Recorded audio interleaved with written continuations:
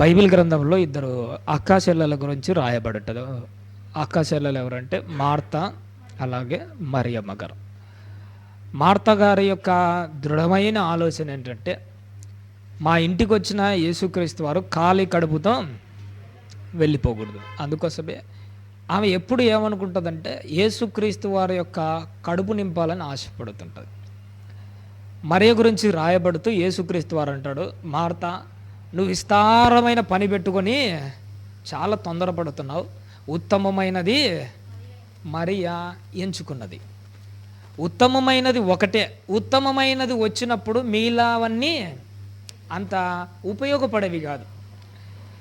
Martha ఎప్పుడు ఏమనుకుంటుందంటే, ప్రభు యొక్క కడుపు నింపాలనుకుంటుంది. కానీ మరియ మాత్రం ఏమనుకుంటుందంటే, ప్రభు నోట్లో నుంచి వచ్చే వాక్యాన్ని ఎక్కువగా హృదయంలో వేసుకోవాలనుకుంటుంది.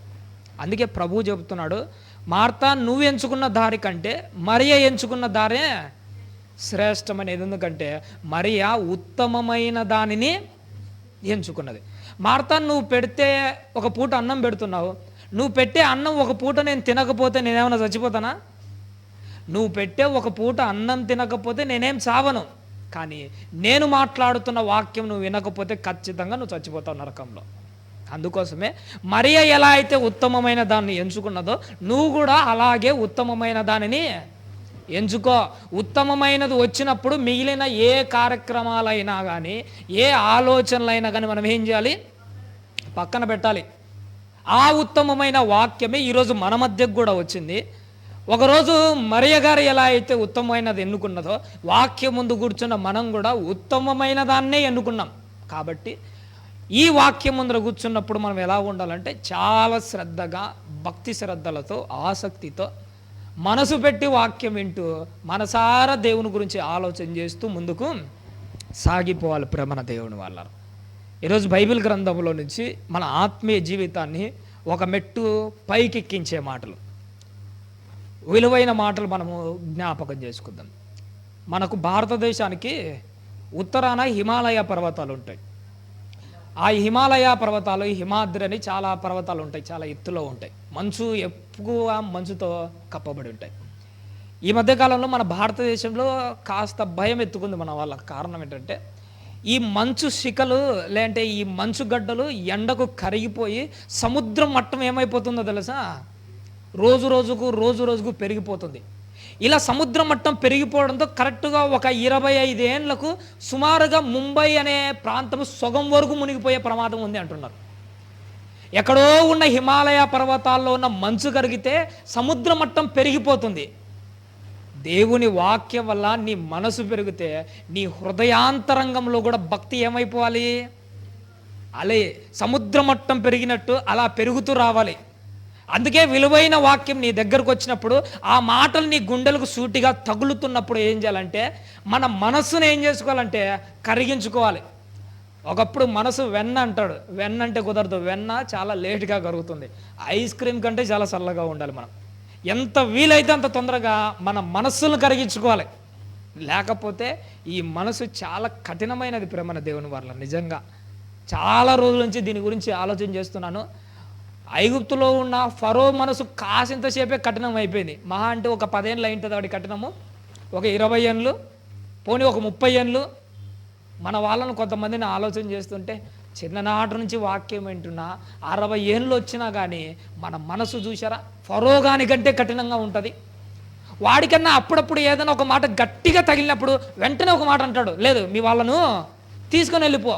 వాడిలోనైనా ఉన్నట్టుండి అప్పుడప్పుడైనా చలనం వచ్చింది. మన వాళ్ళు ఎంత చేసినా చలనము రాదు. అంత కఠినం మనం.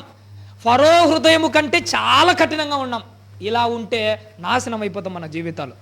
అందుకోసమే ఒక హిమాలయ శిఖరంలోని మంచు గడ్డలు ఎండ తగలగానే ఎలా అయితే కరిగిపోతుంటాయో, దేవుని వాక్యము నీతి సూర్యుని యొక్క మాటలు తగలగానే మన హృదయం కూడా అలా ఐస్ క్రీమ్ వల్లే చల్లగా కరిగిపోతూ దేవుని వాక్యానికి విలువ ఇచ్చే వాళ్ళగా మనమందరం ఉండాలి. ప్రవణ దేవుని వాళ్ళారు. అందుకోసమే ఈరోజు దేవుడు తన మాటల ద్వారా మనతో మాట్లాడుతుంటాడు. చాలా చక్కగా ఒకవైపు మన బ్రతుకులను పెట్టుకుంటూ, ఒకవైపు వాక్యాన్ని ఆలోచన చేస్తూ, మన ఆత్మీయ జీవితాన్ని కాసింతసేపు మనసారా ముందుకు సాగిపోదాం. దేవుడు మొట్టమొదటిసారిగా ఏదైనా తోటలో ఆదాము హవ్వలను ఇద్దరిని సృజించాడు. ఇది మనకందరికీ తెలిసిన వాస్తవాలు. మొట్టమొదటిసారిగా ఆదాము హవ్వలు దేవునికి విరోధంగా తప్పు చేశారు. దేవుడు వచ్చి అడుగుతున్నాడు, ఆదాము పండు తిన్నావా, హవ్వమ్మ పండు తిన్నావా? డైరెక్ట్గా దేవుడు అడిగినప్పుడు దానికి సమాధానం ఎట్టుండాలి? తింటే తిన్నామని చెప్పాలి, లేకపోతే లేదు అని ఖచ్చితంగా చెప్పాలి. ఆ రోజు తిన్నావా అని అడిగితే వాళ్ళు కరెక్ట్గా సమాధానం చెప్పట్లే, ఏదేదో వంకర మాటలన్నీ మాట్లాడుతున్నాడు.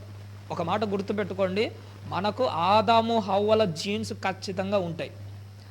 దేవుడు కూడా తన సేవకుల్లోంచి నీలో ఈ లోపం ఉందా అని మాట్లాడినప్పుడు ఖచ్చితంగా ఉంటే ఉందని చెప్పాలి. నిజమే ప్రభువా, ఇంకా నాలో ఈ ఆలోచనలు ఉన్నాయి ప్రభువా, ఇంకా నాలో ఈ అసూయలు కనపడుతుంది ప్రభువా, ఇంకా నాలో ఈ ఆలోచనలో ఇలా నేను పడిపోతున్నానయ్యా, దయతో నన్ను క్షమించు ప్రభువా. ఇప్పుడే కాదు, ఏ సేవకుడు వాక్యం చెబుతున్నా, మీరు ఏ సేవకుని ముందు వాక్యంలో కూర్చున్నా కానీ, ఎక్కడ వాక్యం వింటున్నా ఒకటే గుర్తుపెట్టుకోండి, ఆ సేవకునిలోంచి దేవుడు నీ హృదయాన్ని నిలదీస్తూ, ఇది నువ్వు చేస్తున్నావా, నీ ఆలోచనలు ఇలా ఉన్నాయా, నీ తలంపులు ఇలా దిగజారిపోతున్నాయా, నీలో ఈ మోసపు తలంపులు ఉన్నాయా అని ఒకవేళ అడిగితే, ఆదాము హవ్వల మాదిరి మాట దాటే వాళ్ళ మాదిరిగా ఉండకూడదు. ఒకవేళ ఉంటే, ప్రభువా నిజంగానే నాలో ఉందయ్యా, నిజంగా ఇది నాలో కనపడుతుంది ప్రభువా, దయతో నన్ను క్షమించు ప్రభువా. ఈ మంచి మనసు ఉంటేనే మన ఆత్మీయ జీవితం ముందుకెళ్తుంది. ఈ మంచి మనసు ఉంటేనే మన ఆత్మీయ జీవితంలో ఒక తారాస్థాయికి, ఆకాశంలో నక్షత్రాలు ఉన్నంత గొప్ప స్థాయికి మన భక్తి జీవితం ఖచ్చితంగా ఎదిగి తేడుతుంది. ఆదాము హవ్వలు తప్పు చేశారు. తప్పు చేయగానే దేవుని యొక్క స్వభావాన్ని, మనసుని బాగా ఆలోచన చేశాను. ఎప్పుడైతే వీళ్ళు తప్పు చేయగానే ఏదేను తోటల నుంచి వాళ్ళని ఏం చేశాడు? గెంటేశాడు. అరే మీరు తప్పు చేశారు కదా, ఇక నుంచి నీకు నాకు ఏ సంబంధం లేదు, చచ్చేంతవరకు మీరెవరో నేనెవరో అని అన్నట్టుగా సైలెంట్గా ఉండిపోయాడా? లేదు. తెలుసా వాళ్ళకి ఏం చేశాడట? చర్మపు చొక్కాయులను చేయించి తొడిగించాడట. అంటే చేయించి తొడిగిస్తూ మళ్ళీ ఏం చేస్తూ వచ్చాడు? వాళ్ళతో మాట్లాడుతూ వచ్చాడు. ఇక్కడ నువ్వు నేను గమనించవలసింది ఏంటంటే, తప్పు చేసిన ప్రతిసారి దేవుడు నీతో మాట్లాడతాడు. ఎందుకు నీతో మాట్లాడతాడు? ఆదాము హవ్వలు తప్పు చేశాడు, వాళ్ళతో మాట్లాడాడా లేదా? కయ్యను తప్పు చేశాడు, కయ్యనుతో మాట్లాడాడా లేదా? ఎందుకు మాట్లాడుతున్నాడు? కారణం ఏంటంటే, ఏదో ఎక్స్పెక్ట్ చేస్తున్నాడు దేవుడు. ఆదాము తప్పు చేసిండొచ్చు, హవ్వ తప్పు చేసిండొచ్చు, నేను మాట్లాడిన తర్వాత అయినా కానీ తన బ్రతుకు మార్చుకుంటాడేమోనని. కయ్యను తప్పు చేసిన తర్వాత ఎందుకు మాట్లాడుతున్నాడు? కయ్యను నుండి ఏదో ఎక్స్పెక్ట్ చేస్తున్నాడు దేవుడు. ఎప్పుడైనా కానీ నీ జీవితం కూడా ఏదో ఒక సేవకుని ద్వారా నువ్వు పొరపాటు చేసినప్పుడు దేవుడు మాట్లాడతాడు. కారణం ఏంటంటే, నీ నుండి కూడా ఏదో ఎక్స్పెక్ట్ చేస్తుంటాడు దేవుడు. నేను మాట్లాడిన తర్వాత అయినా కానీ అతనిలో ఒక ఆలోచన వస్తుందేమో, నేను మాట్లాడిన తర్వాత అయినా కానీ మార్పు వైపుకు ఒక అడుగు వేస్తాడేమోనని ప్రతిసారి మాట్లాడుతుంటాడు. నేను ఓపెన్గా ఒక మాట చెప్పమంటారండి, దేవుడు వాక్యం ద్వారా నీతో మాట్లాడుతున్నాడు అంటే నీకు బ్రతకడానికి ఒక అవకాశం ఉన్నట్టే లెక్క. కానీ ఒకవేళ దేవుడు నీతో ఏ రోజైతే వాక్యంలో మాట్లాడడం మానేశాడా, ఇక నీ కథ అయిపోయినట్టే. నేను బైబిల్లో నుంచి ఈ మాటలన్నీ మాట్లాడతాను. నువ్వు వాక్యానికి విలువ ఇచ్చి వాక్యం ముందరకు వచ్చి కూర్చొని లక్షణంగా వాక్యం వింటున్నావా, ఖచ్చితంగా దేవుడు నీ గురించి ఏదో ఆలోచన చేస్తున్నాడు. అసలు నీతో వాక్యమే మాట్లాడట్లే, అసలు నీకు వాక్యం అంటేనే రుచించట్లే, వాక్యం దగ్గరికి నువ్వు రావట్లే, నీ దగ్గరికి వాక్యం రావట్లే. ఇలాంటి కార్యక్రమం ఏదైనా జరుగుతుంది అని అంటే దేవుడు నీతో మాట్లాడడము మానేశాడు. ఎందుకంటే నిన్ను భ్రష్టాత్మకు అప్పగించాడు. త్వరలోనే సౌలు కథ ముగిసిపోయినట్టు నీ కథ కూడా ముగిసిపోతుంది. బైబిల్ గ్రంథంలో ఒక మాట రాయబడి ఉంటుంది, యెషయా గ్రంథంలో 1వ అధ్యాయము చూడాలండి. బైబిల్ గ్రంథము 1వ అధ్యాయము యెషయా గ్రంథము 2వ వచనాన్ని జ్ఞాపకం చేసుకుందామండి. యెషయా గ్రంథము 1వ అధ్యాయము 2వ వచనం. తల్లి, యెహోవా మాట్లాడుచున్నాడు, ఆకాశమా ఆలకించుము, భూమి చెవియొగ్గుము. నేను పిల్లలను పెంచి గొప్పవారినిగా చేసి తిని వారు నా మీద తిరగబడినారు. తిరగబడింది ఆకాశం, భూమి, మనుషులా? నిజంగా చెప్పాలంటే దేవుని మీద తిరుగుబాటు చేసింది ఎవరో తెలుసా? మనం తిరుగుబాటు చేశాం. మనం ఎప్పుడు తిరుగుబాటు చేశాము? ఎర్ర జెండా పెట్టుకొని ధర్నా ఏమన్నా చేశామా దేవుని మీద? మరి తిరుగుబాటు అంటే ఏంటి? తిరుగుబాటు అంటే ఏంటో తెలుసా? దేవుని మాట వినకపోవడమే తిరుగుబాటు. దేవుడు చెప్పినది చేయకపోవడమే తిరుగుబాటు. ఏదైతే వద్దు అంటున్నాడో అది మన జీవితాల్లో కనపరావడమే దేవుని మీద నువ్వు వేస్తున్న తిరుగుబాటు జెండా. దేవుడు ఏమంటున్నాడంటే, వాళ్ళు నా మీద తిరుగుబడి ఉన్నారు. నేను మేలు కోరి వాళ్ళ బ్రతుకు కోసం మాట్లాడితే ఆ బ్రతుకు విలువైన మాటలు వాళ్ళకు రుచించట్లే, నా మీదనే తిరుగుబాటు చేస్తున్నారు.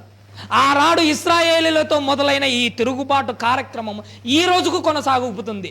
ఈ రోజుకు పక్కనోళ్ళ గురించి ఎందుకులేండి, మన మనసే ఎన్నిసార్లు దేవుని మీద తిరుగుబాటు చేయలేదు? ఎన్నిసార్లు? పాపం చేయడానికి ఒక అవకాశం ఉంటే దేవుని వాక్యం ఒకవైపు గద్దిస్తున్నా కానీ దేవుని వాక్యాన్ని పక్కన పెట్టి పాపం చేయడానికి అర్రులు చాస్తూ ముందుకు అడుగు వేస్తున్నామంటే మనం తిరుగుబాటు చేయట్లేదా? మన మనసు ఆయన మీద తిరుగుబాటు జెండా ఎగరేయట్లేదా? దేవుడు ఏమంటున్నాడో తెలుసా? నేను వాళ్ళను పెంచి గొప్ప చేసి ఒక ఉన్నత స్థానంలో నిలబెడితే వాళ్ళు నా మీద తిరుగుబడింది నువ్వు. కానీ ఎవరితో మాట్లాడుతున్నాడు? ఆకాశంతో భూమితో మాట్లాడుతున్నాడు. తప్పు చేసింది మనమైతే మనతో కదా మాట్లాడాల్సింది. నీతో మాట్లాడుతున్నాడంటే దాని అర్థం ఏంటంటే నీ నుండి ఎక్స్పెక్ట్ చేస్తున్నాడని. ఒకవేళ నీతో మాట్లాడకుండా ఆకాశం భూమితో మాట్లాడుతున్నాడంటే ఇక నీ కథ ముగించబోతున్నాడు. సొదొమ గొమొర్రా గురించి మన తమ్ముడు రవి ఇందాక చక్కని మాటలు మాట్లాడారు. సొదొమ గొమొర్రా వాళ్ళు తప్పు చేశాడు. ఒకవేళ నినివే వాళ్ళు తప్పు చేసినప్పుడు దేవుడు నినివేతో మాట్లాడాడు. కానీ సొదొమ గొమొర్రా తప్పు చేసినప్పుడు సొదొమ గొమొర్రాతో మాట్లాడలే. పక్కనున్న అబ్రహామును పిలిచి, నేను సొదొమను నాశనం చేయబోతున్నాను. ఒకవేళ దేవుడు సొదొమతో మాట్లాడింటే మారతాదని ఒక అవకాశం ఉండేది. కానీ దేవుడు సొదొమతో మాట్లాడలే. దాన్ని పక్కన పెట్టి అబ్రహాముతో మాట్లాడినప్పుడే వాళ్ళు చచ్చిపోయినట్టే లెక్క.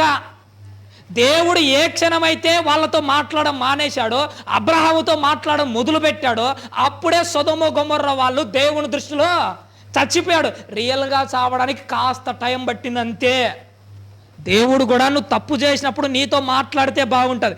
నీతో మాట్లాడకుండా ఆకాశ భూమితో మాట్లాడిన మరుక్షణమే నువ్వు దేవుని దృష్టిలో చచ్చిపోయినట్టే. రియల్గా చావడానికి కొంత టైం పడుతుంది అంతే. కాబట్టి ఈరోజు నువ్వు గుర్తుపెట్టుకోవాలి, దేవుడు నువ్వు తప్పు చేస్తే నీతో మాట్లాడాలి. నీతో మాట్లాడకుండా పక్కన వాళ్ళతో మాట్లాడితే నీ కథ అయిపోయినట్టే. ఒకానొక టైంలో ద్రాక్షావనంలో అంజూరపు చెట్టు ఒకటి నాటబడి ఉన్నదట. ఆకులేమో పచ్చగా ఉన్నాయి, ఫలాలేమీ కనిపించట్లే. ఫలాలు కనిపించకపోయేసరికి దానిని ఏం చేయాలనుకున్నాడట? తోటమాలిలు పిలిపించి, ఈ నేల ఏలా వ్యర్థం అయిపోవాలని దీనిని నరికేయ్. ఎందుకు నరికేయ్ అంటున్నాడు? నీ గురించి నీతో మాట్లాడట్లే, ఆడ తోటమాలితో మాట్లాడుతున్నాడు. తోటమాలితో మాట్లాడినప్పుడే గుర్తుపెట్టుకో, నీ ముగింపు గడియలు దగ్గర పడినట్టే. నీ నా జీవిత కాలంలో ఒక్కసారి గుర్తుపెట్టుకోండి, వాక్యానికి దూరం అయిపోతున్నట్టు కాదు లెక్క. ఇక్కడ దేవుడు నీతో మాట్లాడట్లేదని కాదు ఇక్కడ లెక్క. నీతో మాట్లాడలేదు అని అంటే ఇంకెవరితోనో మాట్లాడుతుంటాడు. నీతో మాట్లాడలేదంటే ఈ బాధ్యతను ఇంకెవరికో ఇస్తుంటాడు. నీ కథ ముగించే పని.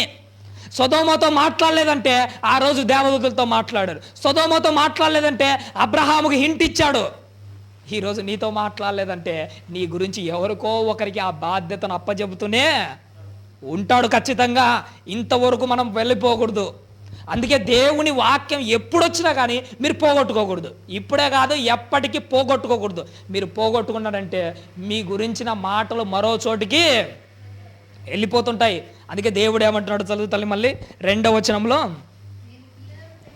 నేను పిల్లలను పెంచి గొప్పవారినిగా చేసి తిని వారు నా మీద, ఇదిగో నేను నా పిల్లలను పెంచి గొప్పవాళ్ళుగా చేశాను, గొప్ప స్థాయిలో పెట్టాను. కానీ ఈ స్థాయికి వచ్చి చేతికొచ్చిన కొడుకుల కుమారులు ఏమైపోయారట? జారిపోయారు. తల్లి, నాకు తెలిసిన కుటుంబం ఉందమ్మా, పేరు వద్దులేండి, మనకు తెలిసిన వాళ్ళే కాబట్టి పేరు చెప్పట్లే, వాళ్ళ కుటుంబం గురించి మాట్లాడట్లే. ఆమెకు ఒక కొడుకు ఉన్నాడు. మొత్తం వాళ్ళు 3 పిల్లలు. మొట్టమొదటి కొడుకు ఒక ఆయన ఉన్నాడు. ఆయన సుమారుగా ఒక 18-20 సంవత్సరాల మధ్యలో ఒక అమ్మాయిని చూసి ప్రేమించాడు. ఎవరినో కాదు, సొంతం వాళ్ళ మేనమామ కూతురుని ప్రేమించాడు. వీడు మొత్తానికి ఒక మాటలో చెప్పాలంటే గాలిగాడు. వీడికి ఏ ఉద్యోగాలు లేవు, సద్యోగాలు లేవు, ఏమి చేయలేదు. కానీ అమ్మాయిని అయితే ప్రేమించాడు. వెళ్ళాడట, వీళ్ళ అమ్మ నాన్నతో కూడా చెప్పకుండా వాళ్ళ మామ దగ్గరికి వెళ్ళి మీ కూతుర్ని ఇచ్చి నాకు పెళ్లి చేస్తావు అని అడిగాడట. అప్పుడు వాళ్ళ నాన్న వాళ్ళ మామ అంటే ఆ వ్యక్తి అన్నాడు, సరే నా కూతుర్ని ఇస్తాను, అసలు నువ్వు నా కూతుర్ని ఏం పెట్టి పోషిస్తావు? నీకు ఒక ఉద్యోగం లేదు, సద్యోగం లేదు, అలాగని నువ్వు ఏ పని పాటలకు కూడా పోవట్లే. నా కూతురు నేను చచ్చినా కానీ నీకు ఇవ్వను తెగేసి చెప్పాడు. ఆడ ఏం చేయాలి? నా కూతురుని ఇవ్వనంటే వాళ్ళ నాన్న కండిషన్ పెట్టాడు కదా, నేను బాగుపడి మళ్ళీ వచ్చి నీ కూతురుని పెళ్లి చేసుకుంటా అని అంటే బాగుంది, నన్నే అంటావా అని ఈడు ఏం చేశాడో తెలుసా? ఇంటికి వచ్చి అప్పట్లో శనగల్లో మాత్రలు పెట్టేవాళ్ళు, పురుగుల మందులు అనేది ఒక రకమైనటి. అవి ఏం చేశాడు? ఇంట్లో వాళ్ళ నాన్న పొలానికి కొట్టడానికి తెచ్చిపెట్టింటే ఆయన ఏం చేశాడో తెలుసా? అవి నోట్లో వేసుకున్నాడు. నోట్లో వేసుకున్న 5-10 నిమిషాలు బాగానే ఉన్నాడు. కానీ 20వ నిమిషం నుంచి ఆడి నోట్లోంచి నురుగు గారడం ప్రారంభమైంది. అలమ్మ వచ్చింది, ఏట్రా నోట్లో నుంచి నురుగు వస్తుంది, ఏట్రా కథనంటే అప్పటికే ఆడి కడుపులో మంట స్టార్ట్ అయింది. ఆ మంట గుండెలు తగులుతూ ఆ బాధ తట్టుకోలేకపోతున్నాడు. అప్పుడు చెప్పాడమ్మా ఇది జరిగింది, నేను వెళ్ళి అడిగింటే మామ ఒప్పుకోవట్లే, నేను ఆ శనగల్లో మాత్రలు వేసుకున్నాక నాకు అర్థమవుతుంది ఈ కడుపులో బాధ గుండెల్లో తగులుతున్న నా వల్ల కావట్లేదమ్మా, చచ్చిపోయేట్టుగా ఎలాగ నన్ను కాపాడమంటే ప్రొద్దుటూరు హాస్పిటల్ తీసుకొని వచ్చారు. అన్ని హాస్పిటల్ తిరిగారు, ఒకటే మాట చెప్పాడు, బ్రతకాడు, వీలైనంత తొందరగా కర్నూలుకి తీసుకుని వెళ్ళాడు. మన ప్రొద్దుటూరు నుంచి కర్నూలుకి వెళ్ళేటప్పుడు మధ్యలో కరెక్ట్గా నంద్యాల దాటిన తర్వాత ఇంకా పరిస్థితి చాలా విపరీతం అయిపోయిందట. వాళ్ళమ్మ ఒళ్ళో పడుకున్నాడు, ఒకవైపు ఆ నురుగంతా కారిపోతుంది. వాళ్ళమ్మను చూసి తొందరపడి నేను అలాంటి పని చేశానమ్మా, దయతో నన్ను క్షమించి ఎలాగైనా నన్ను కాపాడమంటాడు. రే ఏం కాదురా, నేను ఎలాగైనా నేను కాపాడుకుంటారా, ఏం చేసినా నేను కాపాడుకుంటారా అన్నది కరెక్ట్గా నంద్యాల అలా దాటిందో లేదో కానీ ఉన్నట్టున్న వాళ్ళమ్మ ఒడిలోనే ఆడి ప్రాణము పోయింది, చచ్చిపోయాడు. ఇంటికి తీసుకొని వచ్చినాక వాళ్ళమ్మ ఏడుస్తుంది, వీడు పుట్టినప్పుడు పోయినా కానీ నేను ఇంత బాధపడేవాడిని కాదు, చేతికొచ్చిన కొడుకు నా భవిష్యత్ అంతా చూసుకుంటాడు, ఇది మీద ఎన్నో కలలు కంటే చేతికొచ్చిన కొడుకు ఇలా చచ్చిపోయాడు ఏట్రా అని వాళ్ళ అమ్మాయి ఏడ్చిన ఏడుపులు నేను ఇప్పటికే జ్ఞాపకం పెట్టుకుని ఉంటాను. ఇది ఎందుకు చెబుతున్నా తెలుసా? చేతికొచ్చిన కొడుకు చచ్చిపోతే ఎవరికైనా బాధ కలుగుతుంది. నువ్వు బాప్తీసం తీసుకోకముందు ఒకప్పుడు లోకల్లో ఉండి భక్తిగా బ్రతకక చచ్చిపోయినా పెద్దగా బాధ ఉండదు. బాప్తీసం తీసుకొని వాక్యాలు నేర్చుకుంటూ ఒక స్థాయికి వస్తూ భక్తిలో ఎదుగుతూ ఒక ఉన్నతమైన స్థాయికి వచ్చి అక్కడి నుంచి పడిపోయావు అనుకో, అప్పుడు దేవుడు నీ గురించి ఏమన్నాడు తెలుసా? నేను కుమారులను పెంచి గొప్ప స్థాయిలో నిలబెట్టాను, వాడు నా మీద తిరుగుబాటు చేసి ఆడి జీవితాన్ని నాశనం చేసుకున్నాడని మాత్రం నీ గురించి నా గురించి ఎప్పటికీ చెప్పకూడదు దేవుడు. ఎందుకంటే ఆ బాధ తట్టుకోలేడు. మొదట్లో నువ్వు పడిపోయి ఉంటే దేవుళ్ళకి రాకముందే నువ్వు పడిపోయి చచ్చిపోయినా కానీ పెద్దగా పట్టించుకోడు, పెద్దగా ఫీల్ కావడు. చేతికొచ్చిన కొడుకు నువ్వే పోతేలా? చేతికొచ్చిన వాళ్ళు మిగతా వాళ్ళు పోయినాక పర్లేదు, కానీ మీరు మాత్రం పోకూడదు. ఒక కుమ్మరి పచ్చి మట్టితో ఏం చేస్తున్నాడంటే కుండను తయారు చేస్తున్నాడు. పచ్చి మట్టితో కుండను చేసేటప్పుడు సార మీద ఎన్నిసార్లు పడిపోనిలే, తీస్తాడు, మళ్ళీ సార మీద పెడతాడు, తయారు చేస్తుంటాడు. పెద్దగా ఫీల్ ఏం కావాడు. 10 సార్లు వండి 100 సార్లు వండి, ఎందుకంటే మట్టి పచ్చిగా ఉంది. పచ్చిగా ఉన్నప్పుడు ఎన్నిసార్లు అయినా కుండ చేయడానికి అవకాశం ఉంటుంది, పెద్దగా ఫీల్ కావాడు. అదే కుండ బాగా తయారు చేసిన తర్వాత కుండ మీద కుండ పెట్టి ఎండబెడుతుంటారు చూసినారా? ఎండబెట్టిన తర్వాత నెల రోజుల తర్వాత పైన పెట్టిన కుండ ఏదో గాలికో ఏదో ఒక పక్షి తగిలి పైనుంచి కింద పడి పగిలిపోయింది అనుకోండి. ఇప్పుడు ఆ కుండ యజమాని ఫీలింగ్ ఎలా ఉంటుందో తెలుసా? అరే ఇది సార మీద పచ్చిగా ఉన్నప్పుడు ఇలా పగిలిపోయింటే మళ్ళీ కట్టడానికి ఉండేది, అవకాశం ఉండేది. కానీ ఇప్పుడు ఇది ఒక ఉన్నతమైన స్థాయికి వచ్చిన తర్వాత అంత బాగుంది అనుకొని చేతికొచ్చిన కుండనే చేజారిపోయింది. చేతికొచ్చిన కుండ చేజారిపోతే ఆ యజమానుడు ఎలా అయితే బాధపడతాడో నిన్ను బట్టి నన్ను బట్టి కూడా అలానే బాధపడుతున్నాడు ఈ క్షణంలో. మొదట్లో ఇప్పుడు మీరు చక్కగా వాక్యాలు నేర్చుకుంటున్నారు, భవిష్యత్తులో మీరు కూడా గొప్ప స్థాయికి వస్తారు, గొప్ప సేవకులు అవుతారు. ఒక ఉన్నతమైన స్థాయిలో నిలబడినప్పుడు ఓటుకుండా పగిలిపోయినట్టు మీరు పగిలిపోకూడదు. ఎంతోమందికి మీ జీవితాలు మార్గదర్శకం కావాలి.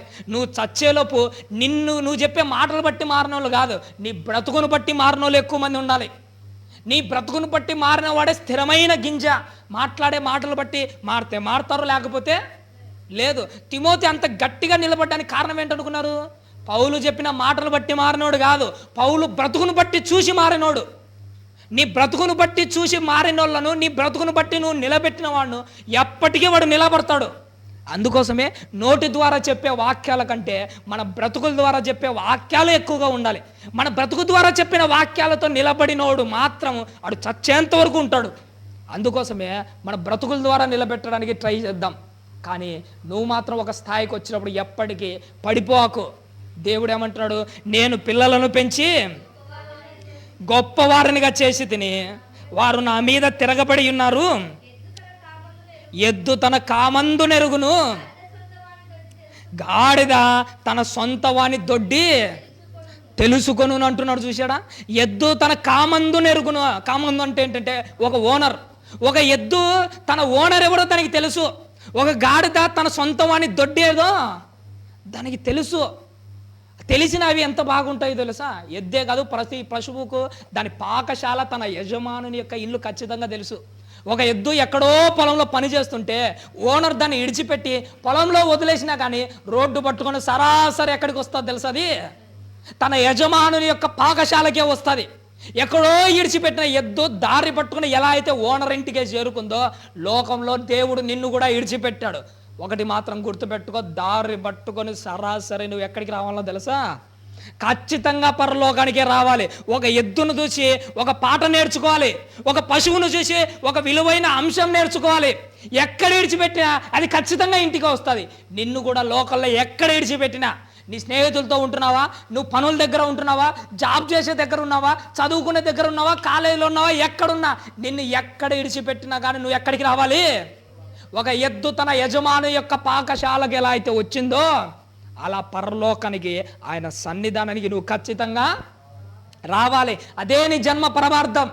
అందుకే దేవుడు ఏమంటున్నాడంటే, ఎద్దు తన కామందు నెరుగును, గాడిద తన సొంత వాణ్ణి దొడ్డి తెలుసు. అవే అన్ని తెలుసు, వాటికి అన్ని తెలుసు. కానీ నా బిడ్డలకి నేనేంటో తెలియట్లే. అందుకే ఏమంటున్నాడు, ఇజ్రాయేలీయులకు ఏం లేదట, తెలివి లేదు. ఇజ్రాయేలీలకి అనుకున్నారా? ఈరోజు క్రైస్తవులమైన మనకు కూడా తెలివి లేదు. దేన్ని గట్టిగా పట్టుకోవాలో, దేన్ని ఎదిరించాలో మనకు తెలివే లేదు. ఎప్పుడైనా కానీ నేను అనిల్ అన్న రాత్రిపూట బైక్లో సువార్తకి వెళ్తుంటాం. సువార్తకి వెళ్ళేటప్పుడు మా ఇంటి దగ్గర నుంచి వచ్చేటప్పుడు కరెక్ట్గా ఆడ ఒక అంగడి ఉంటుంది. అంగడి దగ్గరికి రాగానే కుక్కలు ఏం చేస్తుంటాయి తెలుసా? బైక్లో వెళ్ళేటప్పుడు వెంటబడుతుంటాయి. బైకులు వెళ్ళేటప్పుడు కుక్కలు వెంటపడేటప్పుడు అలానే పోతున్నాయి అనుకో, అవి వెంట పడుతూనే ఉంటాయి. ఒక్కసారి ఆపి ఎదిరించి చూస్తే వెంటబడే కుక్క ఆగి తన మాట వెనక్కి తిరిగి మళ్ళీ వెనక్కి వెళ్ళిపోతుంది. ఇది నీకు అర్థమైతే బైక్లో వెళ్ళేటప్పుడు కుక్క వెంట పడుతూ ఉంటుంది. దాన్ని ఎప్పుడైతే ఎదిరిస్తే అది నీ వైపు కూడా రావడానికి భయపడుతుంది. పాపం కూడా ఎలాంటిదంటే తరిమే కుక్క లాంటిదే. నువ్వు పరిగెడుతుంటే అది ఎంతకాలమైనా తరుముతూనే ఉంటుంది. ఒక్కసారి ఎదిరించి చూడండి. ఎందుకు నేను ఈ తప్పు చేయాలి, ఎందుకు ఈ విషయంలో పడిపోయాలి, ఎందుకు నా చూపులు ఇలా తప్పిపోవాలి, ఎందుకు నేను ఇలా ఉండాలి, ఒక్కసారి ఎదిరించి చూడండి. బైకులో వెళ్ళేటప్పుడు కుక్కని ఎదిరిస్తే ఎలా అయితే అది వెనకడిగేసిపోతుందో, దేవుని వాక్యాన్ని హృదయంలో పెట్టుకొని ఒక్కసారి పాపాన్ని ఎదిరించండి. బైబిల్లో దేవుడు అంటాడు, దుష్టుని ఏం చేయాలి? ఎదిరించండి, అప్పుడు వాడు నీ నుండి పారిపోతాడు. నువ్వు ఎదిరించనంత వరకు బైక్లో ప్రయాణం చేసేవాడిని కుక్క వెంటబడినట్టు వాడు వెంట పడుతూనే ఉంటాడు. ఎంతవరకు వెంట పడతాడు? ఈ కుక్క అన్నా కానీ దానికంటూ ఒక ప్లేస్ ఉంటుంది. ఒక 10 మీటర్ల 20 మీటర్ల అంతవరకే వెంట పడుతుంది. కానీ అపవాది ఎలాంటి వాడో తెలుసా? నువ్వు చచ్చేంత వరకు వెంట పడుతూనే ఉంటాడు. వాని టార్చర్ మనం భరించలేం. అందుకోసమే దాన్ని నువ్వేం చేయాలట? ఎదిరించు. పాపాన్ని ఎదిరించు, అపవాదిని ఎదిరించు. అలా ఉంటేనే నీ జీవితం, నా జీవితం చక్కగా బాగుంటుంది. ఎందుకంటే ఇశ్రాయేలులకు తెలివి లేదు, కానీ నీకు మాత్రం తెలివి ఉండాలి. పాపం వెంట పరిగెత్తడం కాదు, పాపాన్ని చూసి పరిగెత్తడం కాదు, పాపాన్ని ఎదిరించడము తెలుసుకున్నవాడే క్రైస్తవుడు తెలివిగా ప్రవర్తించినట్టు. లోకంలో తాగుడుబోతలు ఉంటారు, చూసినారా? ఈ మధ్యకాలంలో ఇక్కడ అన్వరాల దగ్గర ఒక సంఘటన జరిగిందండి. వాడు ఫుల్లుగా తాగాడు, రోడ్డు మీద ఫుల్లుగా తాగి పడిపోయాడు. ఎంత తాగాడంటే ఆడికి నిజంగా చెప్పాలంటే మతిస్థిమితం కూడా సరిగా లేదు. బట్టలు సరిగా కప్పుకోవట్లేదు. చాలా దారుణమైన సిచ్యువేషన్లో తాగి పడిపోయాడు. ఇప్పుడు అలా భార్య వచ్చింది ఇంటికి తీసుకుని వెళ్దామని ఆటో మాట్లాడి ఆటోలో నుంచి లోపలికి పెడుతుంది అని. కానీ వాడు ఇంకా పడిపోయాడు, ఇంకా మతిస్థిమితం లేదు వాడికి. పరిస్థితి చాలా దారుణంగా ఉంది. ఆటోలో వేసేటప్పుడు ఆటో డ్రైవరు ఛార్జ్ అడిగాడు కదా, అప్పుడు ఈమె ఏం చేసిందో తెలుసా, తన భర్త జేబులో అలా చేయి పెట్టి డబ్బులు తీసుకోవాలని ప్రయత్నం చేస్తుంది. అప్పుడు వాడిని చూశాను, వాడు తన జేబుని ఎంత గట్టిగా పట్టుకున్నాడని. అసలు తాగి వాడికి మామూలుగా అయితే మతిస్థిమితమే లేదు. మతిస్థిమితం లేకపోయినా తన సొంత భార్య వాడి జేబులో చేయి పెట్టి డబ్బులు తీసుకుంటుంటే వాడు చాలా గట్టిగా పట్టుకున్నాడు. నేను అంటాను, తాగుడు పోతాడైనా కానీ వాడు చూసాడా డబ్బు విషయంలో ఎంత తెలివిగా ఉన్నాడో. వాడే అంత తెలివిగా ఉంటే నువ్వు దేనిని గట్టిగా పెట్టుకోవాలి, దేన్ని లూజ్ వదిలేయాలో ఒక ఆత్మీయ జీవితంలో నీకు తెలియట్లేదా? భక్తి జీవితాన్ని ఎంత గట్టిగా పట్టుకోవాలి, విశ్వాసాన్ని ఎంత గట్టిగా పట్టుకోవాలి, నీతిని ఎలా గట్టిగా పట్టుకోవాలి నీకు తెలియకపోతే ఎవరికి తెలుస్తుంది? ఆ రోజు ఇశ్రాయేలులకు అయితే తెలివి లేదులే, ఈరోజు మనకు లేదా? వాళ్ళ దగ్గర ధర్మశాస్త్రం ఒక్కటే ఉండింది, మన దగ్గర ఎంత ఉంది? ఆదికాండం నుంచి ప్రకటన గ్రంథం వరకు కొత్త నిబంధనలో సర్వ సత్యమంతా దేవుడు నీ ముందర దారబోసాడు. నిజంగా చెప్పాలంటే అలాంటిది ఇంత పెట్టుకొని ఇంకా మన జీవితాలు ఏంటి? ఉదయం నేను బల్లారంలో కూడా మాట్లాడాను, ఇంత పెట్టుకొని మనం ఎంత సంపాదించుకోవాలి? సొలొమోను గారు ఉన్నారు చూసారా, సొలొమోను గారు దేవుని దగ్గర మొరపెట్టాడు, ప్రభువా నాకు జ్ఞానము దయచేయి ప్రభువా. మొరపెట్టిన మొరను ఆలకించి దేవుడు అతనికి ఏమిచ్చాడు? జ్ఞానాన్ని ఇచ్చాడు, సంపూర్ణంగా ప్రసాదించాడు. కానీ సంపూర్ణమైన జ్ఞానం ప్రసాదించిన తర్వాత ఆ ఒక్కటే ఆగిపోయాడు సొలొమోను గారు. జ్ఞానం కావాలి ప్రభువా అని అడిగి ఆగిపోయిన ఆయన జ్ఞానం ఒక్కదానితో తృప్తి పడకుండా, ప్రభువా నాకు భక్తిని కూడా ప్రసాదించు, ప్రభువా నాకు విశ్వాసాన్ని కూడా ప్రసాదించు, ప్రభువా నాకు నమ్మకాన్ని కూడా ప్రసాదించు, ప్రభువా విగ్రహాల వైపు వెళ్లకుండా బుద్ధిని ప్రసాదించు, ప్రభువా అమ్మాయిల మాయలో పడకుండా ఏకపత్ని వ్రతుడనై నీ ఎదుట నమ్మకంగా బ్రతికే అవకాశాన్ని ప్రసాదించని ఒక్కొక్క దాని గురించి రోజు ఒకదాని కోసం పోరాడింటే, ఒక జ్ఞానంతోనే ఆగిపోక రోజు ఒకదానితో పోరాడింటే ఈరోజు సొలొమోను ఎలా కనిపించేవాడో తెలుసా? ఒక రేంజ్లో కనపడేవాడు. దేవుని దగ్గర నువ్వు కూడా ఒకటి అడిగి అంతటితో ఆగిపోకు, ఒక్కదానితో తృప్తి పడకు. దేవుని దగ్గర ఒక్కదానితో తృప్తి పడితే కాదు. సొలొమోను ఒక్కదానితో తృప్తి పడి ఆగిపోయాడు కాబట్టిగా మరో స్టెప్ ముందుకు పడలేకపోయింది. నీ జీవితంలో కూడా జ్ఞానం అడుగు, జ్ఞానంతో తృప్తి పడాకు. భక్తిని అడుగు, భక్తితో తృప్తి పడాకు. నీతిని అడుగు, దానితో తృప్తి పడాకు. విశ్వాసాన్ని అడుగు, దానితో తృప్తి పడాకు. నువ్వు చచ్చేంత వరకు దేవుణ్ణి అడుగుతూనే ఉండు, పట్టు వదలకుండా అడుగుతున్నాడాలి. యాకోబు గారు దేవునితో ఎన్నిసార్లు పట్టు వదలకుండా పోరాడాడు? ఎన్నిసార్లు? ఒక్కసారే పోరాడాడు. కానీ నీ జీవిత కాలంలో ప్రతిరోజు ఎట్టుండాలో తెలుసా? ఒక యాకోబు మాదిరి పోరాడుతూనే ఉండాలి. యాకోబు అన్న ఒక్కసారి పోరాడి వదిలేశాడు, కానీ దేవుణ్ణి అడిగేటప్పుడు ప్రతిరోజు నిన్ను చూస్తే ప్రతిరోజు దేవునికి ఒక యాకోబే గుర్తుకు రావాలి. నిన్న ఒక యాకోబే, ఈ రోజు ఒక యాకోబే, రేపు ఒక యాకోబే. ఎన్నిసార్లు పోరాడతారు రైడు అనుకోవాలి. నువ్వు పోరాటం చూసి దేవునికి ఈయన పోరాటం కంటే ఈయనకి ఇవ్వడమే మంచిదే. ఒక విధవరాలు అన్యాయస్తుడైన ఆ న్యాయపతి దగ్గర ఎలా పోరాడుతూ వచ్చింది? ఒక రోజుతో వదిలేసిందా? లేదు పొమ్మ రేపు నేను నీ కథ రేపు చూద్దాను పో అంటే, సరేలే పట్టించుకోవట్లేదు వదిలేసి వారం తర్వాత ఏమైనా పోయిందా? లేదు. రేపంటే రేపు వస్తుంది, మన్నాడు రాపంటే మన్నాడు వస్తుంది. 10 రోజులు ఆగి రాపంటే 10 రోజులు ఆగి వస్తుంది. ఎంతకాలం వస్తుంది? నువ్వు నాకు న్యాయం తీర్చేంత వరకు నేను వస్తూనే ఉంటా. దేవుడు కూడా ఈరోజు నువ్వు అడుగు, ఇవ్వకపోతే రేపు అడుగు, ఇవ్వకపోతే మన్నాడు అడుగు, మన్నాడు ఇవ్వకపోతే 10 రోజులు అడుగుతూనే ఉండు. అప్పటికి ఇవ్వలేదా? నువ్వు చచ్చేంత వరకు అడుగుతూనే ఉండు. నీవు దేవుని దగ్గర నుంచి సంపాదించుకోవడానికి నువ్వు వెనకడుగు వెయ్యకూడదు. చచ్చేంత వరకు దేవుని దగ్గర సంపాదిస్తూనే ఉండాలి. ఎందుకంటే ఆ రోజు ఇశ్రాయేలులకు తెలివి లేదు, కానీ నీకుండాలి తెలివి. ఏది అడగాలి, ఎంతసేపు అడగాలి, ఎలా పట్టుబట్టి అడగాలి, అనుకున్నది సాధించేంతవరకు ఎలా పోరాడాలి, తెలివిగా అడగాలని చెప్పాను కదా.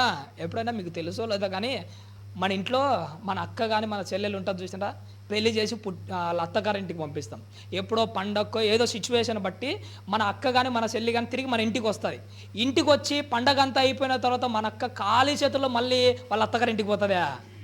మీకు తెలుసో లేదో కానీ నాకు బాగా తెలుసు. వచ్చిన అక్క ఖాళీ చేతులతో మళ్ళీ తన అత్తగారింటికి ఏ రోజు పోదు, ఏదో ఒకటి పట్టుకొని పోతుంది. అది చిన్నదైనా కానీ ఏం చేస్తుంది? తీసుకొని పోతుంది. అవి చూసినప్పుడల్లా నాకు అనిపిస్తుంటుంది, ఒక ఇంటిలో ఉన్న మన అక్కే చెల్లె తన అత్తగారింటికి పోయేటప్పుడు ఖాళీ చేతుల్లో ఎలా అయితే పోగలేదో, మోకాళ్ళు వేసిన ప్రతిసారి నువ్వు ఖాళీ చేతులతో వెనక్కి అడుగు వెయ్యాకు. దేవుని మందిరానికి పోయిన ప్రతిసారి ఖాళీ చేతులతో ఎన్నికిపోవాకు. ఎలాగైనా కానీ ఏదో ఒకటన్నా సాధించుకో. లోకల్లో డబ్బు గురించి చెప్పమంటారండి. 1,00,000 రూపాయలు టార్గెట్ పెట్టావు అనుకో, చేతనైతే 1,00,000 రూపాయలు సంపాదించుకో. అది కాకపోతే 10,000తో తిరిగి ఎన్నికి వెళ్ళిపో. 10,000 కూడా కాకపోతే 1,000 రూపాయలైనా తీసుకొని పోవాల్సిందే. ఇది డబ్బు కోసం కావట్లే. దేవుని దగ్గర నువ్వు ఇంత పెద్దది ఆత్మీయమైనది అడుగు, దాంతో తృప్తి పడాకు. ఒకవేళ అది ఇవ్వలేదా, దానికంటే కొద్దిగా తక్కువైనా పర్లేదు, తీసుకొనే పో. అది కూడా కాలేదా, ఇంకోస్త తక్కువైనా పర్లేదు, తీసుకొనే పో. ఏదో ఒకటే తీసుకోవాలి. అలా ఉండాలి మనం దేవుని దగ్గర. మీరు ఎలా పోరాడుతున్నాడు దేవుని దగ్గర? దేవుని దగ్గర జ్ఞానం కోసం ఎలా పోరాడుతున్నాడు, ఆత్మీయ జీవితం కోసం ఎలా పోరాడుతున్నాడు? మీలో ఒక సొలొమోను నాకైతే కనిపించట్లే. సొలొమోను కనిపించిన ప్రతి ఒక్కరు ఎట్టుంటారో తెలుసా? ప్రతిరోజు జ్ఞానంలో అభివృద్ధి చెందుతూనే ఉంటారు. అడగాలి, పట్టు వదలకు అడగాలి. మీరు అడుగుతున్నారు లేదా కానీ ఇప్పటికీ నేను అడుగుతా, నేను ఓపెన్గానే చెప్తాను. ప్రతిరోజు మోకాలేసిన ప్రతిసారి, దేవా ఇంత చిన్న వయసులో ఒక సేవకునిగా నిలబెట్టావు, నిలబెట్టిన నేను నీ పిల్లలకు ఇంత విలువైన వాక్యాన్ని ప్రకటించడానికి నాకు జ్ఞానము లేదు. నిజంగానే అడుగుతా, ఈ రోజుకు అడుగుతా, ప్రతిరోజు అడుగుతా, ప్రతిరోజు పోరాడుతూనే ఉంటాను. నేను నాకు ఖచ్చితంగా ఇవ్వాల్సిందే. నేనే కాదు, మీరు పోరాడాలి. పోరాడితేనే దేవుని దగ్గర సాధించుకోగలం. ఎంత పోరాడితే అంత దేవుడు ఇస్తాడు, ఇవ్వకుండా అడిగిపోతాడు. దేవుడు అడిగిన వాళ్ళకందరికీ ఇవ్వకుండా పోయేంత ఆయన చేయి అంత కురుచి అయిపోయిందా? పోనీ ఇవ్వలేనంత పేదవాడైపోయాడు దేవుడు. సర్వసంపన్నుడు, సర్వోన్నతుడు, సకల ఐశ్వర్యాలకు అధిపతి. అలాంటి ఆయన దేవుని దగ్గర సకలం ఉన్నప్పుడు పోరాడి సంపాదించుకోవాలి కదా. ఆకాశ పక్షులను, భూజంతువులను చూసి మనం సిగ్గు తెచ్చుకోవాలి. ఒక మాటలో చెప్పాలంటే, ఎందుకు? అవి దేవుని చేతుల్లో నుంచి తమకు కావలసిన ఆహారాన్ని ఏం చేసుకుంటాయట? సంపాదించుకుంటాయట. దేవుని చేతుల్లో నుంచి అవి ఆహారం సంపాదించుకుంటే నువ్వేం సంపాదించుకుంటున్నావు? జ్ఞానాన్ని సంపాదించుకున్నావా? భక్తిని సంపాదించుకున్నావా? నీతిని సంపాదించుకున్నావా? ఏం సంపాదించుకుంటున్నావు దేవుని దగ్గర నుంచి? ఏదో ఒకటి సంపాదించుకో. ఖాళీ చేతులతో ప్రార్థన ముగించకండి. ఖచ్చితంగా ఏదో ఒకటి సంపాదించుకోవాలి. ప్రభన దేవుని వల్ల ఉన్నతంగా ఉండాలి, భక్తి జీవితంలో ఉండాలి. ఇలా ఒకవేళ లేకపోతే దేవుడున్న లోకానికి మనం అర్హత సాధించలేం. ఓపెన్గా చెప్పమంటారండి, మనం ఇలాంటి బ్రతుకుతూ పరలోకానికి పోవడం అంటే చాలా కష్టం, అసాధ్యం అవుతూ ఉంటుంది. దేవుని దగ్గర సంపూర్ణతమైన స్థాయిలోకి వెళ్ళినప్పుడే పరలోకానికి వెళ్తాం. బైబిల్లో ప్రసంగి గ్రంథంలో దృఢంగా ఒక మాట చెబుతున్నాడు దేవుడు. బైబిల్ ఉన్న వాళ్ళందరూ 1వ అధ్యాయము, ప్రసంగి గ్రంథం 1వ అధ్యాయము 15వ వచనాన్ని ఒకసారి జ్ఞాపకం చేసుకుందామండి. ప్రసంగి గ్రంథము 1వ అధ్యాయము 15వ వచనం, వంకరగానున్న దానిని చక్కపరచ సఖ్యము కాదు, లోపము గలది లెక్కలోనికి రాదు. ఇక్కడ దేవుడు నీతో నాతో ఓపెన్గా మాట్లాడుతున్నాడు, కరెక్ట్గానే మాట్లాడుతున్నాడు. లోపము కలిగినది లెక్కలోనికి రాదు. పరలోక రాజ్యానికి వెళ్ళే టయానికి సంపూర్ణంగా తయారైపోవాలి. సంపూర్ణులే లెక్కలోకి చేర్చబడతాడు. ఒకానొక టైంలో బ్రహ్మయ్య గారు ఒక వాక్యాన్ని మాట్లాడాడు. మనం ద్రాక్ష పండ్లు కొనడానికి వెళ్తుంటాం, చూసినారా? ద్రాక్ష పండ్లు కొనడానికి వెళ్ళినప్పుడు ద్రాక్ష గుత్తిలో పండ్లు ఉన్నాయనుకో, వాటికి ఏముంటుందో తెలుసా? ఒక విలువ. ఒకవేళ గుత్తి నుంచి వేరైపోయిన పొడి ద్రాక్ష పండ్లు పక్కన ఉంటాయి. అది ఏం చేస్తుంటాడో తెలుసా? ఏముందో కొన్ని ఫ్రీగానే వేసుకోండి అంటారు. ఇది నీకు ఎందుకు చెబుతున్నాను తెలుసా? ద్రాక్ష గుత్తితో కలిస్తుంటేనే ఆ ద్రాక్ష పండ్లకు విలువ. దేవునితో అంటుకట్టబడి ఉంటేనే నీకు విలువ, దేవునిలో ఉంటేనే నీకు విలువ. ఇలా విలువైన జీవితంలో గడుపుతూ నీలో ఉన్న ఒక్కొక్క లోపాన్ని నువ్వేం చేసుకుంటున్నాలి? తీసేసుకుంటూ రావాలి. అలా తీసేసుకుంటే నువ్వు చచ్చేటానికి నీలో లోపమేమి కనపరాదు. కానీ ఇప్పుడు ఉన్నాయి లోపాలు. ఎన్ని లోపాలు ఉన్నాయంటే నిజంగా చెప్పమంటారండి, జల్లడకి ఎన్ని రంధ్రాలు అయితే ఉంటాయో అంతకు మించిన లోపాలే మనలో ఉంటాయి. ఒక్క రంధ్రం ఉన్నా కానీ నీళ్లు ఆపడం చాలా కష్టం. అలాంటిది జల్లడకి ఎన్ని రంధ్రాలు ఉన్నాయో అన్ని లోపాలు కనపడుతున్నాయి. అలాంటిది మన బ్రతుకుల్లో వాక్యాన్ని నిలబెట్టుకోగలమా? మన బ్రతుకుల్లో విశ్వాసాన్ని స్థిరంగా పట్టుకోగలమా? ఎందుకు మనలో భక్తి లేకుండా పోతుంది? ఎందుకు మనలో విశ్వాసాలు లేకపోతున్నాయి? జల్లడకున్నన్ని రంధ్రాలు కనపడుతున్నాయి మనలో. ఇన్ని లోపాలుంటే మనం లెక్కలోకి వస్తాం అనుకుంటున్నారా? దేవుడు అంటున్నాడు, లోపము కలిగినది లెక్కలోనికి రాదు. లోపం కలిగినది లెక్కలోనికి రాదు. లోపము ఉన్నవాడు పరలోకానికి రాడు. అందుకోసమే నువ్వు చచ్చే టైంలో ఇప్పుడు ఎలా ఉన్నా పర్లేదు, చచ్చే టయానికి మాత్రం ఇలా ఉండకూడదు. మనము లోపము కలిగినది లెక్కలోకి రాదు. అందుకే మొదటి మాట ఏమంటున్నాడు? వంకరగానున్న వాగ్దానిని చక్కపరచ శక్యము కాదు. ఎందుకంటే వంకరగా ఉన్న వాటిని చక్కపరచ శక్యము కాదు. కొన్ని అంతే కుక్కతోక వంకర అంటుంటారు. ఎంత చేస్తే అది చక్కపరచడం శక్యం అవుతుందా? కాదు. ఎందుకంటే దాని జీవితం అంతే, దాని బ్రతుకే అంతే, దానికి అలానే ఉండాలని సృష్టింపబడింది. ఒక కుక్క తోక వంకరగా ఉండాలని సృష్టింపబడింది. మరి నిన్ను వంకరగా ఉండడానికి నువ్వు సృష్టింపబడింది. అది కుక్క తోక వంకరగా ఉండడానికి సృష్టింపబడింది కాబట్టి అది అటుండే కరెక్టే అది. కానీ నిన్ను వంకరగా బ్రతకడానికి కాదు దేవుడు సృష్టించింది. వంకరగా ఉండడానికి కాదు దేవుడు నిన్ను భూమి మీద పుట్టించింది. నువ్వు దేవుని ఎదుట చక్కగా ఉండాలి, సరిగా ఉండాలి, నీ మాట సరిగా ఉండాలి, నీ బ్రతుకు సరిగా ఉండాలి, అన్నీ చక్కగా ఉండాలి. లోపం కనబడిందా ఖచ్చితంగా పరలోక రాజ్యానికి అర్హులము కాదు. ఏ లెక్కలన్నీ ఒకరోజు ఉంటాయి. ప్రతిదీ లెక్కమయమే. ఈ భూమి మీద ప్రతిదీ లెక్కలే. భూమి ఎంత బరువు ఉండాలనో అదొక లెక్క, గాలి ఎంత ఉండాలనో దేవుని దగ్గర ఒక లెక్క, ఎన్ని ఆకాశ నక్షత్రాలు ఉన్నాయి అవి ఒక లెక్క, పరలోకంలో ఉన్న సహదాసులకు కూడా ఒక లెక్క. ఆ సహదాసుల లెక్కలోకి నువ్వు లెక్కలోకి రావాలంటే దేవుడు అంటున్నాడు, లోపము కలిగినది లెక్కలోనికి ఏ లెక్కలోకి రాదు. పరలోక రాజ్యంలో ఉండే సహదాసుల లెక్కలోకి రాకుండా పోయే విధంగా నిన్ను చేస్తున్నది ఏంటో తెలుసా? నీలో ఉన్న బలహీనతే, నీలో ఉన్న లోపమే. ఎక్కడైతే లోపాలు కనపడతాయో, ఎక్కడైతే బలహీనతలు కనపడతాయో అప్పుడు వాళ్ళు పరలోక రాజ్యంలో ఉండే ఆ లెక్కలోకి చేర్చబడరు. ఎందుకంటే లోపాలు ఉండకూడదు. మొట్టమొదట బాగానే ఉంటాయి, కానీ సముద్రాన్ని నదికి గండిపడినట్టు ఎక్కడో ఒక లోపం కనబడుతుంటుంది. ఆ లోపాలే నీ జీవితాన్ని, నా జీవితాన్ని నాశనం చేస్తాయి. ఈరోజు బైబిల్లో నుంచి చిట్ట చివరిగా నేను ఒక సందర్భాన్ని చెప్తాను. వాడు జీవితం వాడి లోపభూయిష్టమైనదిగా ఎలా తయారైపోయింది, వాడి బ్రతుకు ఎలా నాశనం అయిపోయిందో ఒకసారి లూకా గారు రాసిన సువార్త చూద్దాం. మా చివరిగా లూకా గారు రాసిన సువార్త 12వ అధ్యాయము, లూకా గారు రాసిన సువార్త 12వ అధ్యాయము 16వ వచనం నుంచి కొన్ని మాటలు మనము చదువుకుందాం. లూకా గారు రాసిన సువార్త 12వ అధ్యాయము 16వ వచనం. అయ్యా, మరియు ఆయన వారితో ఈ ఉపమానము చెప్పెను. ఒకడు ధనవంతుడు ఉన్నాడట, వాడి భూమి ఏం పండిందట? భూమి మామూలుగా పండట్లే, సమృద్ధిగా పండింది. ఒక మాట మనం జ్ఞాపకం చేసుకోవాలి.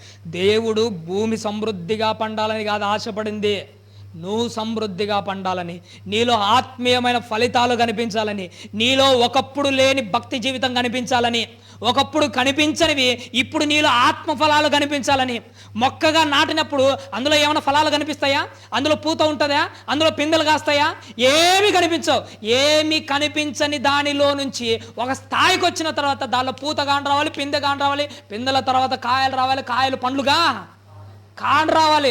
భూమి ఫలించమని కాదు ఆయన ఆశపడింది, నువ్వు ఫలించాలి. ఒకప్పుడు నీలో కనిపించకపోవచ్చు, ఇప్పుడు నీలో కాండ రాకపోవచ్చు, కానీ ఒక స్థాయి వచ్చినప్పుడు ఖచ్చితంగా దేవుడు నీ నుండి అది ఎక్స్పెక్ట్ చేస్తాడు. కాండ రావాలని ఆశపడతాడు. ఫలాలు లేని చెట్టు ఏదో ఒకరోజు నరికేయబడతాది. భూమి ఫలించాలి కాదు ముఖ్యము, నువ్వు ఫలించడానికి మొదలుపెట్టు. నువ్వు ఫలిస్తున్నావా లేదని ఆలోచన చేయి. ఎక్కడ లోపం జరుగుతుంది, ఏం జరుగుతుంది? ఎప్పుడో నేను చిన్ననాటి కాలంలో మా ఇంటి దగ్గర ఒక పెద్ద టెంకాయల చెట్టు, అంటే కొబ్బరి చెట్టు ఒకటి ఉండేది. ఆ టెంకాయలు ఉంటాయి చూసిన, కొబ్బరి టెంకాయలు. ఒక చెట్టు పెద్దగా పెరిగింది. దాని కాయలు చూస్తే ఎలా ఉన్నాయి తెలుసా? చాలా చిన్నగా ఉన్నాయి. నేను అడిగాను, ఏంటి మనకు తెలిసిన టెంకాయలన్నీ ఇంత పెద్దగా కాస్తాయి కదా, ఇక్కడ ఉన్నట్టు అంత చిన్నగా కాస్తాయంటే అప్పుడు ఆయన అన్నది, దీనికి ఏం వేయించాలట? ఒక ఇంజెక్షన్ వేయించాలట. ఇంజెక్షన్ వేసిన మరుసటి సంవత్సరం బాగా ఆ కాయలు పెద్ద పెద్దటి కాసాయి. అంటే అందులో ఏదో ఒక లోపం ఉంది.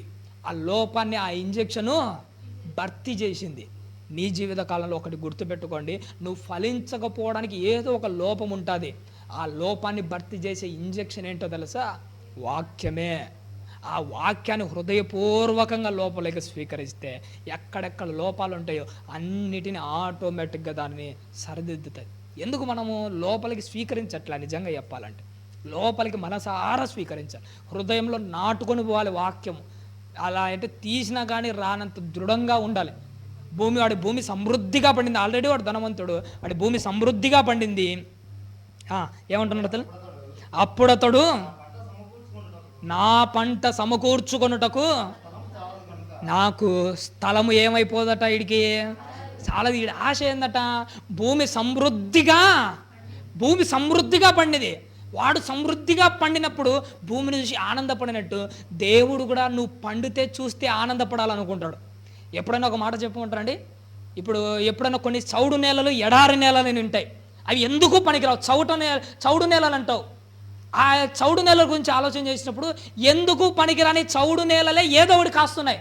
ఇప్పుడు బ్రహ్మజముడు, నాగజముడు, ఈ డ్రాగన్ ఫ్రూట్ పండ్లు ఎక్కడ కాస్తున్నాయి అనుకుంటున్నారు? ఎందుకు పనికిరాదు అనుకున్న చౌడు నేలల్లో ఎందుకు పనికిరావని ఎడారి నేలలని కాస్తున్నాయి.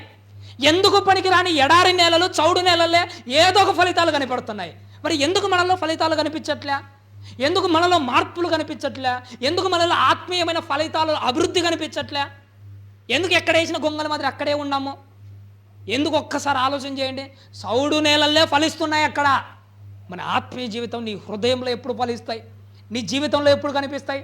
ఆడనుకున్నాడట ఆ ధనవంతుడు, నా ధాన్యాన్నిటిని నేను సమకూర్చుకొనుటకు నాకు స్థలము చాలకూడదు. వాడు ఆశ చూసారా? ఏమ్మా, వాడు ధనాన్ని సమకూర్చుకోవాలి, లేదంటే ధాన్యాన్ని సమకూర్చుకోవాలనుకున్నాడు కదా. దేవుని కూడా తీర్పు రోజున పరలోకంలో రెండవ రాకల్లో ఒక రోజు వచ్చేటప్పుడు ఆయన కూడా ఏమనుకుంటాడో తెలుసా? ఆ ధనవంతుడు ఎలా అయితే తన ధాన్యాన్ని సమకూర్చుకోవాలనుకున్నాడో, దేవుడు కూడా ఒకరోజు నిన్ను కూడా సమకూర్చుకోవాలని ఆశపడుతున్నాడు. పరలోకంలో ధాన్యంతో కాదు, నా బిడ్డలతో నిండాలి. అడు చూశాడా, నా కొట్లన్నీ ధాన్యంతో నిండాలనుకున్నాడు. దేవుడు కూడా పరలోకంలో తన కొట్లన్నీ నీతో నిండాలని ఆశపడుతున్నాడు. మరి నువ్వే పరలోకానికి రాకపోతే, నిన్ను సమకూర్చుకోవడానికి దేవదూతలు పంపించినప్పుడు నీకు అర్హత లేకపోతే ఇక ఏంటి ప్రయోజనము? నువ్వు పైకి కనపడుతున్న ఒరిజినల్ గింజనా, లేకపోతే గింజ మీద తాలు ఉండి లోపల పట్టుకు ఎగిరిపోయే గాలి లెక్క కనపడుతున్నామా? ఒక్కసారి ఆలోచన చేయండి. దేవుడు నిన్ను సమకూర్చుకోవడానికి ఒక రోజు వచ్చినప్పుడు నీకు అర్హత ఉండాలి. దేవదూతలు వస్తాయి, ఒక్కొక్కరిని ఏరుతాయి. ఆ ఏరడంలో ఖచ్చితంగా నువ్వు ఒకనివి విలువైన గింజ మాదిరి కనపరావాలి, ఒక విలువైన తార లెక్క ఉండాలి. నిన్ను దేవుడు సమకూర్చుకోవాలి తన కొట్లలోకి. అలాంటి బ్రతుకైనది ఉండాలి, లేకపోతే నీ జీవితం, నా జీవితము సర్వనాశనం అయిపోయినట్టే. వీడు కూడా సమృద్ధిగా పండించాలనుకున్నాడు. ఇంకా ఇంటికి వెళ్ళిన తర్వాత అంతా చదువు చేసుకోండి, ఆ సందర్భం అంతా మీకు తెలుసు. ఆడు ఏమనుకుంటాడంటే ఆ ధాన్యాన్ని అంతటిని సమకూర్చుకోవాలి, పాతవన్నీ విప్పేసి కొత్త వాటిని వీటికంటే ఎక్కువగా కట్టించుకోవాలి. అప్పుడట వాడు తన ప్రాణంతో అంటున్నాడు, ప్రాణమా, అనేక సంవత్సరాలకు విస్తారమైన ఆస్తి నీ కొరకు సమకూర్చబడి ఉన్నది, తిను, తాగు, సుఖించు, ఎంజాయ్ చేయి. ఒక మాట గుర్తుపెట్టుకోండి, ఏ క్షణమైతే నువ్వు దేవుణ్ణి విడిచిపెట్టి ధనవంతులు మాత్రమే తిని, తాగు, సుఖించు, ఎంజాయ్ చేయని ఈ పక్క ఆలోచన చేస్తుంటే, దేవుడు ఆ క్షణం నుంచే నీ వైపు మరోవైపు కూడా ఆలోచన చేస్తున్నాడు. రే వెర్రివాడా, ఈరోజు రాత్రికే నీ ప్రాణాన్ని అడుగుచున్నాను. ఏ క్షణమైతే నీ ఆలోచన ఇలా మల్లుతుందో ఆ క్షణమే దేవుని ఆలోచన నీ వైపు మల్లుతుంది. ఈయన వల్ల నేల ఏలా వ్యర్థమై పోవలను, వీడి కథ భోగిద్దాం, అయిపోతుంది. లోకమంతా సంపాదించుకొని నీ ప్రాణాన్ని పోగొట్టుకుంటే ఏంటి ప్రయోజనం చెప్పండి? ఏం ప్రయోజనం? మీకు తెలుసో లేదో కానీ మొట్టమొదటిసారిగా నాకు కూడా ఒకప్పుడు గొప్ప ఆలోచన ఉండేది, ఎలాగైనా గవర్నమెంట్ జాబ్ తెచ్చుకోవాలని. లక్షణంగా దేవుని దయతో గవర్నమెంట్ జాబ్ తెచ్చుకున్నాను. మొట్టమొదటి రోజు కమలాపురానికి డ్యూటీకి పోయింటే ఆ ఆనందము నాదిలో చాలాసేపు ఏం లేదు. సరే కదా, ఊర్లో అందరికంటే మొట్టమొదట నేనే గవర్నమెంట్ జాబ్ తెచ్చుకున్నాను. మా ఊర్లో నాలంత గవర్నమెంట్ ఎంప్లాయ్ ఎవడు లేడు, దాని కథ వేరని బాగా ఉండేది. కానీ ఆ రోజు రాత్రి నా గుండెల మీద చేసుకుని ప్రార్థన చేసుకుని ఆలోచన చేసినప్పుడు, సరే నువ్వు అనుకున్నట్టు గవర్నమెంట్ జాబ్ తెచ్చుకున్నావు, నువ్వు అనుకున్నట్టు గౌరవం తెచ్చుకున్నావు, నువ్వు అనుకున్నట్టు అన్నీ తెచ్చుకున్నావు కదా, మరి ఈ రోజు రాత్రికి నువ్వు చచ్చిపోతే ఏంటి? నీ కథ ఏంటి? నీ బ్రతుకేంటి? నువ్వు సంపాదించిన గవర్నమెంట్ జాబ్ ఏంటి? నువ్వు కట్టుకున్న ఇండ్లేంటి? ఏం లేదు, అయిపోయినట్టే. లోకమంతా సంపాదించుకొని మన ప్రాణాన్ని పోగొట్టుకుంటే మనకి ఎలాంటి ప్రయోజనము ఉండదు.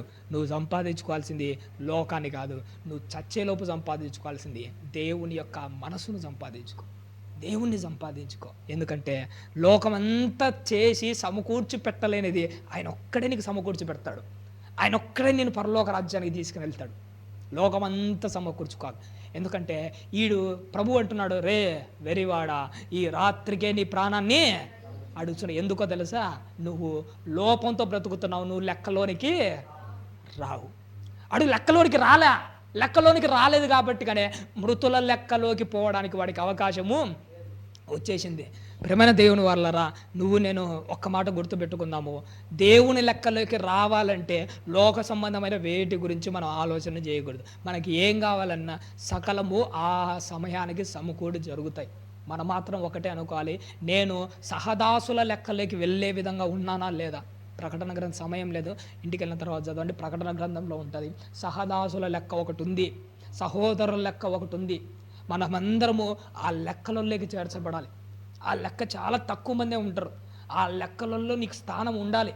నీ పొజిషన్ ఎంత దూరమన్నా ఉండలే. 100 నుంచి 1,00,000 మంది ఉంటే 1,00,000 తర్వాత ఎంత దూరమైనా ఉండు, కానీ ఆ లైన్లో నువ్వు ఉండు. ఖచ్చితంగా నువ్వు ఉండాలి. ఉంటేనే నీ జీవితం బాగుపడుతుంది.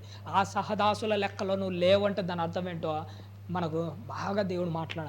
లోపము కలిగినది లెక్కలోనికి రాదు. ఏ లెక్కలోకి రా అంటే సహదాసుల లెక్కలోకి రాదు. పరలోక రాజ్యానికి వెళ్ళే ఏ లెక్కలోకి రాదు ప్రభర దేవుని వల్ల. కాబట్టి మన బ్రతుకాలం అంతా ఒకటి గుర్తుపెట్టుకోండి, లోపం మాత్రం ఉండకూడదు. ఈరోజు మనలో ఉన్నాయి, లేదు నీలో ఉన్నాయి, నాలో ఉన్నాయి, అందరిలో ఉన్నాయి. కానీ చచ్చే టయానికి మాత్రం ఇలా మాత్రం మనం చావకూడదు.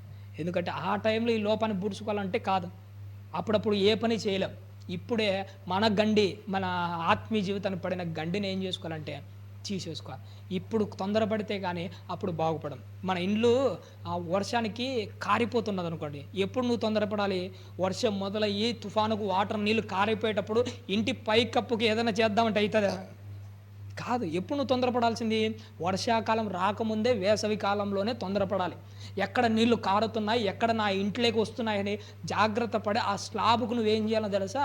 మరమ్మతులు చేసుకోవాలి నీ ఆత్మీయ జీవితానికి. అప్పుడప్పుడు మరమ్మతులు చేస్తే కుదరదు. వర్షాలు స్టార్ట్ అయిన తర్వాత వర్షం నీళ్ళు కారిపోయేటప్పుడు ఏం మరమ్మతులు చేస్తాం? వేసవిలోనే చేయాలి. నీ జీవితకాలంలో ఒకటి గుర్తుపెట్టుకో, చచ్చేటప్పుడు నీ బ్రతుకు మరమ్మతులు చేసుకొని పరలోకానికి పోలేం. ఏం చేసుకోవాలనుకున్నా ఇప్పుడే చేసుకోవాలి, ఇప్పుడే జీవితాన్ని సరిదిద్దుకోవాలి.